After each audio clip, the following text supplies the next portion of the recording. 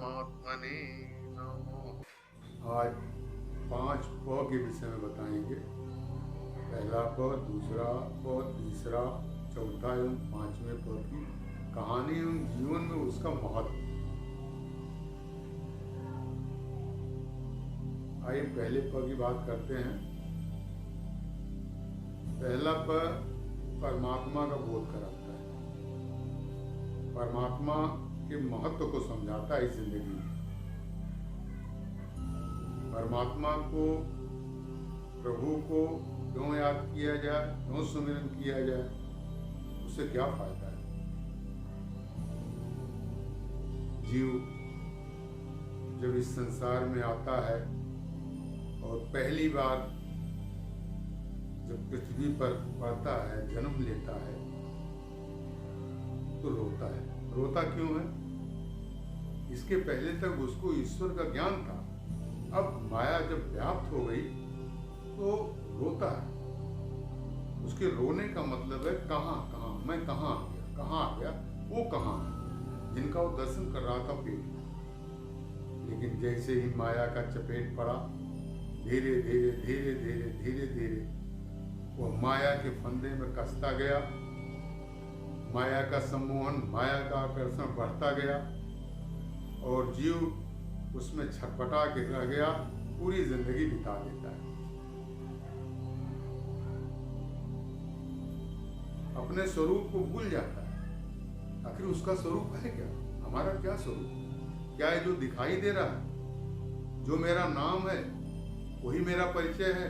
हाँ, भौतिक रूप से परिचय है, लेकिन मेरा परिचय कुछ और है। हम कौन हैं? कभी आदमी को बैठ के सोचना चाहिए कि मैं शरीर नहीं, शरीर तो जड़ है, एक दिन साथ छोड़ देंगे। और हम उस शाश्वत परात्पर ब्रह्म के अंश हैं। ईश्वर अंश जीव अविनाशी, चेतन अमल सहज सुख राशि। चेतन है, अमल है, सुख की राशि है, ईश्वर का अंश है। यह हमेशा सुख में रहता है। इसका स्वभाव है सुख में रहना, आनंद में रहना। लेकिन हम इस भौतिकता में पढ़ करके दुखी होते हैं। दुखी होने का भी कारण है। आदमी क्यों दुखी होता है, इसको हनुमान जी ने बड़े सुंदर शब्दों में व्यक्त किया है भगवान राम से।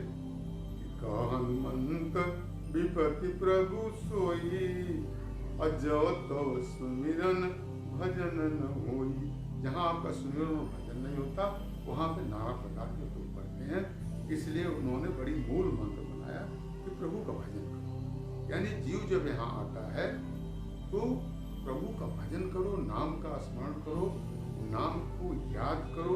क्योंकि प्रभु के यहाँ जाने के लिए आखिर वो किस जहाज को पकड़े, किस विमान को पकड़े कि प्रभु के यहाँ पहुंचेगा? पैदल कितने दिन में यात्रा करेगा? यही रह जाएगा। भौतिक रूप से हमको कहीं जाना है, तमाम साधन है, रेल है, हवाई जहाज है, बस है, तमाम साधन है। लेकिन उस प्रभु के यहाँ जाने के लिए प्रभु ने सिर्फ एक ही रास्ता बनाया, सिर्फ एक रास्ता। और वो रास्ता कौन सा है? प्रभु के नाम का स्मरण, सुमिरन, ध्यान, भजन, प्रणाम। और कलयुग में तो विशेष रूप से, कलयुग केवल नामय धारा। कलयुग में सिर्फ नाम का आधार है। अब आप कहेंगे कि इस नाम में आखिर क्या रखा है, इस नाम का क्या महत्व है? नाम हम करें, प्रभु का नाम लें, उनको प्रणाम करें, तो उनको मिलेगा क्या? देखिए श्रीमद् गीता में भगवान कृष्ण क्या कहते हैं, भगवान का नाम लेने से क्या होता है और उनको प्रणाम करने से क्या होता है। अब इससे सरल उपाय मानव की जिंदगी में क्या हो सकती है? साधना, ध्यान, उपासना, पूजा, ये तो है, लेकिन और भी एक सबसे सरल जो कुछ नहीं कर सकता है, भगवान का नाम ले और प्रणाम करे। प्रभु ने गीता में क्या कहा? नाम संकीर्तनम यस्य सर्व पाप प्रणाशनम, प्रणामो दुख शमनस्तम नमामि हरि परम। जिनके नाम के संकीर्तन करने से किसी भी तरह का पाप हो, वह भस्म हो जाता है, खत्म हो जाता है, समाप्त हो जाता है। पाप ही दुख का कारण है। और प्रणाम करने से प्रणामो दुख समनस्तम, सब प्रणाम करने से दुख का शमन। किसी भी तरह का दुख हो, प्रभु को जब आप प्रणाम करते हैं तो उस दुख का शमन। अब आपके पास दो ही रास्ते हैं, या तो इस संसार में फंस करके प्रभु के अमूल्य रचना जो मानव रचना है उसको आप व्यर्थ में गवा दें। कबीरदास जी ने कहा, हीरा जैसी श्वासा बातों में बीती जाए, या तो इस श्वासों को जो गिनी हुई श्वास है उसको आप यूं ही बिता दीजिए, या प्रभु के नाम स्मरण में समय निकालिए। 24 घंटे में नहीं, ज्यादा तो 24 मिनट निकालिए, प्रभु का नाम स्मरण करिए, प्रणाम करिए, ध्यान लगाइए और बार बार उनसे क्षमा याचना करिए। सुखमय जीवन का यही मूल सार। इस तरह से आप अपने जीवन को सफल बना सकते हैं, प्रभु के यहाँ जाने का मार्ग सुगम कर सकते हैं, अन्यथा उनके यहाँ पहुंचने का, दोबारा अपने निज स्वरूप को प्राप्त होने का उपाय। बाहर तो हम परिचय देके अपना दे देते हैं, लेकिन अंदर खुद परिचय पाना है। इसको किसी को परिचय नहीं देना है। आप जैसे जैसे अपने अंतर हृदय में प्रवेश करेंगे तैसे तैसे आपके स्वरूप का दर्शन होगा, आपको उसका परिचय, अपना परिचय मिलेगा कि आखिर आप हो कौन। आप इस दुख में व्यतीत करने के लिए आए हो या उस अपने सुख स्वरूप को याद करके, क्योंकि ये सोया हुआ है, आपको अपनी सोई शक्ति को जगाना पड़ेगा। जब तक आप अपनी सोई हुई शक्ति को नहीं जगाएंगे तब तक आप कोई भी अद्भुत कार्य नहीं कर पाएंगे, आपको कुछ नहीं। शक्ति आपकी सोई हुई है, माया के पर्दे से ढकी हुई है, वह स्वरूप आपको प्रभु के नाम के में रम जाइए, अपने स्वरूप को देखिए, दर्शन करिए, प्रभु का याद करिए, स्मरण करिए। अब दूसरे पद की बारी आती है। पैसे का बोध कराता है। पैसा, रुपया जिंदगी में, मानव जिंदगी में जब एक व्यक्ति प्रवेश करता है पढ़ाई के लिए, गृहस्थी चलाने के लिए, नाना प्रकार के काम करने के लिए, तो उसको पैसे की जरूरत है।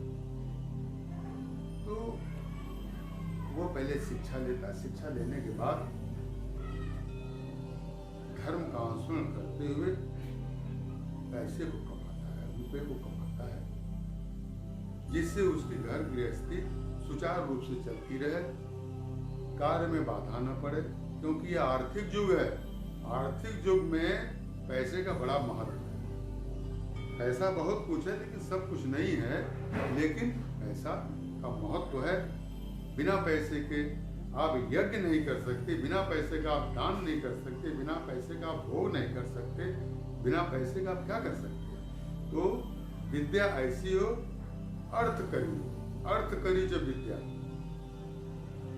अर्थागमो नित्यम अरोगिता च प्रियस्य भार्या प्रियवादिनी च वैश्यस्य पुत्रार्थ करी च विद्या खट जीव लोके सुखानि राजन।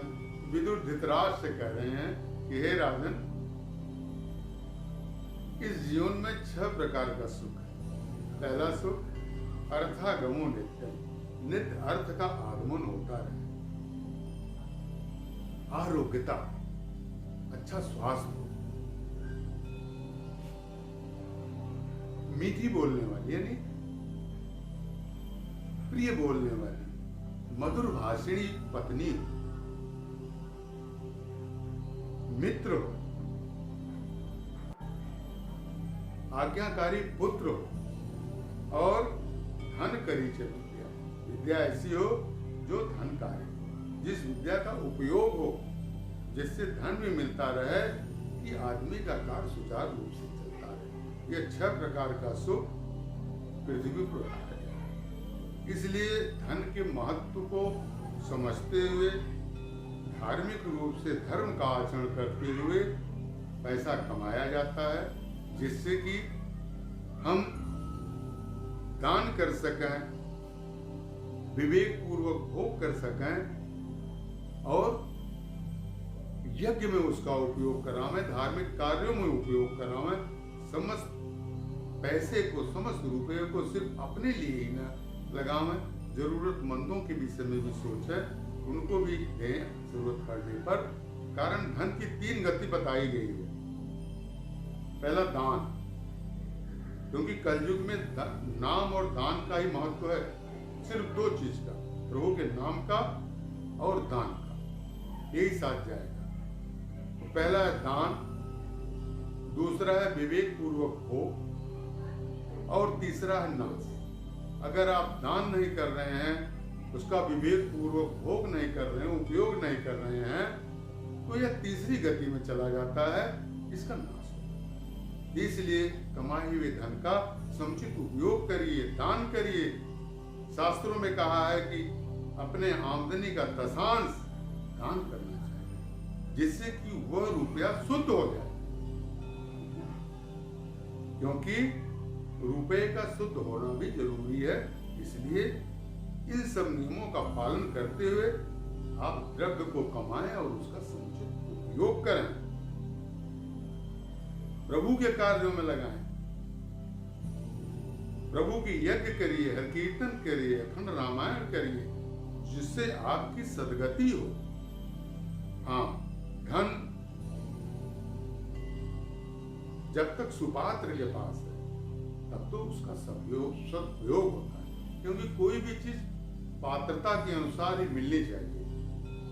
जैसे कुएं से जितना बड़ा घड़ा होगा, जितना बड़ा बर्तन होगा, उतना बड़ा ही पानी उसमें से निकलेगा। अगर ज्यादा पानी आप भरेंगे तो छलक जाएगा, रुकेगा उतना जितना उसमें है। तो उसी तरह से धन अगर सुपात्र के यहाँ है तो उसका सदुपयोग करेगा, अगर कुपात्र के यहाँ चला गया तो उसका दुरुपयोग किस रूप में करेगा, इसको कहा नहीं जा सकता। केवल मानवों के लिए ही यह लागू नहीं होता है, जीव जंतु भी धन को पाके बौरा जाते हैं। देखिए, एक बड़ी रोचक कहानी सुना रहा हूं, बड़ा आनंद आएगा। एक सेठ था, सेठ के यहाँ चोरी हो जाती है। सेठ अपने सभी नौकरों की तरफ देखता है, लेकिन उनकी ईमानदारी पर शक नहीं करता। शाम होती दुकान बंद करवाता है, घर जाता है। दूसरे दिन दुकान पे आता है, दुकान खुलवाता है तो देखता क्या है कि उसके गद्दी पर एक चूहा बड़े शान से बैठा है, और सेठ के पहुंचने के बाद भी गद्दी पर से भागा नहीं, उसको भगाना पड़ा। सेठ अपने गद्दी पर बैठता है और बड़े ही मस्तानी चाल से वो चूहा, पैसा पा करके उसकी चाल बदल गई है, अपने बिल में जाता है। सेठ कहता है इसकी बिल को खोदो। बिल जब खोदी गई तो उसमें से 100 की गड्डियां निकली, सब कुतुरी हुई थी। यही पैसे का दुरुपयोग है। चूहा क्या है? ये जीव ही चूहा है। और ये जो समय है, इसको आप रुपया मान लीजिए। अगर आपने समय का उपयोग नहीं किया तो जैसे चूहे ने उस नोटों की गद्दियों को कुतर डाला, उसी तरह से आप भी इस समय को इसी तरह से जो है व्यर्थ में गवा देंगे, उसका उपयोग नहीं हो पाएगा, रुपए की तरह से वो समय बेकार हो जाएगा। इसलिए समय का सदुपयोग करो। जो समय बीत गया, जो घड़ी बीत गई, वो दोबारा नहीं मिलेगी। इसलिए आप समय का एवं धन का महत्व समझते हुए उसको उचित कार्यों में लगाएं, उचित तरह से प्रयोग करें। तीसरे प की बारी आती है। तीसरा प पत्नी का बोध कराता है। व्यक्ति के जीवन में पत्नी का क्या महत्व है, पत्नी का क्या कर्म है, पत्नी कैसी होनी चाहिए। पत्नी पति को पतन में जाने से भी बचाती है, कभी कभी मित्र होकर उसको दिशा निर्देश भी देती है। पत्नी कैसी होनी चाहिए? देखिए, चाणक्य जी ने क्या कहा कि पत्नी मन के अनुसार चलने वाली हो, मन वाणी कर्म से पति के प्रति अनुरक्त हो, समर्पित हो।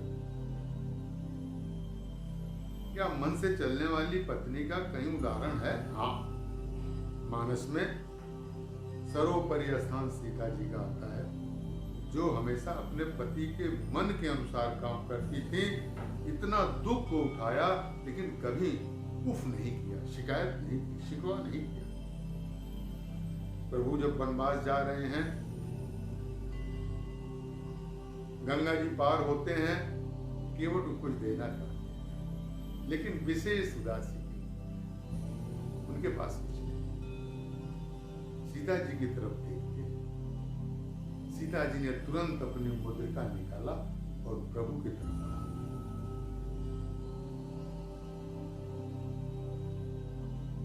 प्रभु केवट को देते हैं, लेकिन केवट ने कहा, प्रभु आज नाथ मैं काह न पावा। हे प्रभु, आज मैं क्या नहीं पाया। तो पत्नी पति के मन को समझ जाए, पति के लिए समर्पित हो। सीता जी थी, सती अनुसुईया, जिसने ब्रह्मा विष्णु महेश को 6-6 महीने का बालक बना करके और अपनी गोदी में बैठा करके उनको जो है बिना आग और पानी के भोजन बना करके उनकी शर्त थी खिलाती। इस पृथ्वी पर ब्रह्मांड में सतियों की कमी नहीं। यही सती अनुसुईया सीता जी को वनवास काल में दिव्य वस्त्राभूषण देती है और इनको बताती है कि पति का कर्तव्य क्या है। तीसरा एक उदाहरण देखिए कबीरदास जी का। उनकी पत्नी उनका कितना अनुसरण करने वाली थी। एक आदमी कबीरदास जी के पास पहुंचता है, कहता है, कबीरदास जी हम शादी करना चाहते हैं। कबीरदास जी मुस्कुराते हैं कि शादी करना चाहते हो? कहा ठीक। वो पूछता है पत्नी कैसी होनी चाहिए? कबीरदास जी ने कहा बैठो। उन्होंने अपने पत्नी को आवाज दिया, पत्नी आती है, दोपहर का समय। कबीरदास जी सूत काट रहे थे, पत्नी से कहा एक दीपक जला के लाओ। पत्नी एक दीपक जला के लाती है, रख के चली जाती है। आदमी कहता है कि आदमी पागल है कि ठीक ठाक है, इतना दोपहरिया है और ये दीपक जलवा रहा है। कहता है कि दीपक की क्या जरूरत है, यहाँ तो इतना प्रकाश है। कबीरदास जी कहते हैं तुमको पत्नी चाहिए ना, पत्नी ऐसी ही आज्ञाकारी होनी चाहिए। पत्नी का उपयोग सिर्फ इतना ही नहीं है, पत्नी का उपयोग यज्ञ में भी है। बिना पत्नी के यज्ञ पूरी नहीं होती, क्योंकि पति और पत्नी मिलकर के एक इकाई होती है और जब तक पत्नी नहीं बैठती है यज्ञ का कार्य पूरा नहीं होता। इसका पूरा नहीं होता। इसका उदाहरण प्रभु श्री रामचंद्र जी का अश्वमेघ यज्ञ, जहां सोने की सीता बना करके अश्वमेघ यज्ञ को पूरा कराया गया। बिना भार्या कुतो यज्ञ, बिना भार्या के कहां यज्ञ होती है। ऋषि महात्माओं की बात अलग है, गृहस्थ की बात। इसलिए यहीं पे पत्नी को भार्या कहते हैं। पत्नी का दूसरा अर्थ भार्या भी होता है और धर्म के कार्य में ये सहायक होती है। पति को मित्र बनकर दिशा निर्देश भी देती है, जैसे तुलसीदास जी को उनकी पत्नी ने दिशा निर्देश दिया था कि प्रभु का भजन करो, इस तांबे जैसे शरीर में क्यों आसक्त हो। उनको ज्ञान हो जाता है और तुलसीदास हो गए। तो पत्नी चाहे तो घर को बसा दे, पत्नी चाहे तो घर को उजाड़ दे, पत्नी चाहे तो धर्म के रास्ते में ले जाए। पत्नी बहुत कुछ कर सकती है, बिगड़े हुए आदमी को सुधार सकती है। इसलिए जीवन में पत्नी का विशेष महत्व। अब चौथा एवं पांचवा, सुखी जीवन जीने के लिए पाप और पुण्य करना पड़ा। पाप और पुण्य की विवेचना बड़ी विस्तृत है शास्त्र, इसकी विवेचना करना बड़ा गूढ़ है। मात्र 2 लाइन में मैं इसकी विवेचना करके समझाने की कोशिश कर रहा हूं, जिसको पुराण में वेद व्यास ने व्यक्त किया है। यहाँ इतना ही समझाना पर्याप्त। जब 17 पुराण एवं 18वां महापुराण श्रीमद् भागवत पुराण पुरुष वेद व्यास ने लिखा तो उसका 2 लाइन में निचोड़ लिखा। क्या निचोड़ लिखा? परोपकाराय च पुण्याय पापाय परपीडनम। परोपकार करना ही पुण्य है एवं दूसरे को पीड़ा देना ही पाप है। चाहे मानसिक है, आर्थिक है, शारीरिक है, किसी भी तरह से अगर हमसे किसी को कष्ट हो रहा है, यही पाप। और पुण्य ही इस जीवन का सार है। बिना पुण्य के आपको कुछ नहीं मिलेगा।